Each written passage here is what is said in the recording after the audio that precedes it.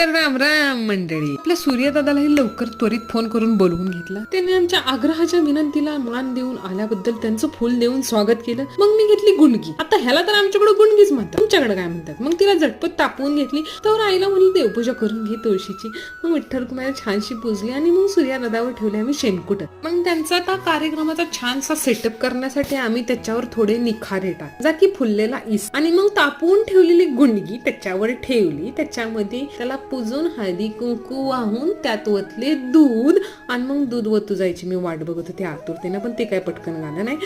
वाट पाहून मला डोळे आले आणि नंतर मग थोड्या वेळाने दूध वतू गेलो. असाच अडखळत कार्यक्रम संपूर्ण पार पडला. तर पुन्हा एकदा तुम्हाला सगळ्यांना रथसप्तमीच्या मनापासून आणि हार्दिक शुभेच्छा.